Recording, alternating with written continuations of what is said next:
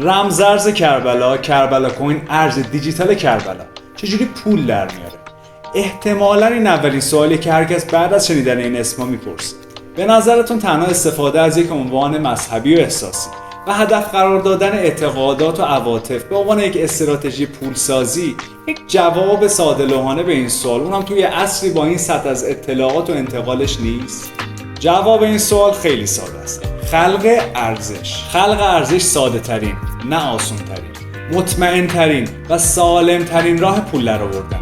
یک بازار انتخاب کن، خواسته ها، نیازها و مشکلاتش رو شناسایی کن و برای برطرف کردنش راهکار ارائه بده.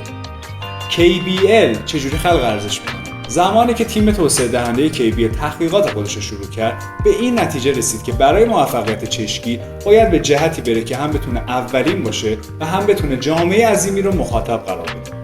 به جامعه شیعیان نگاه کنید. بیش از 400 میلیون نفر و فراتر از اون در سراسر جهان افرادی وجود دارند که قواعد شریعت، اخلاقیات، ارزش‌ها و محصولات مسلمانان رو دنبال میکنن.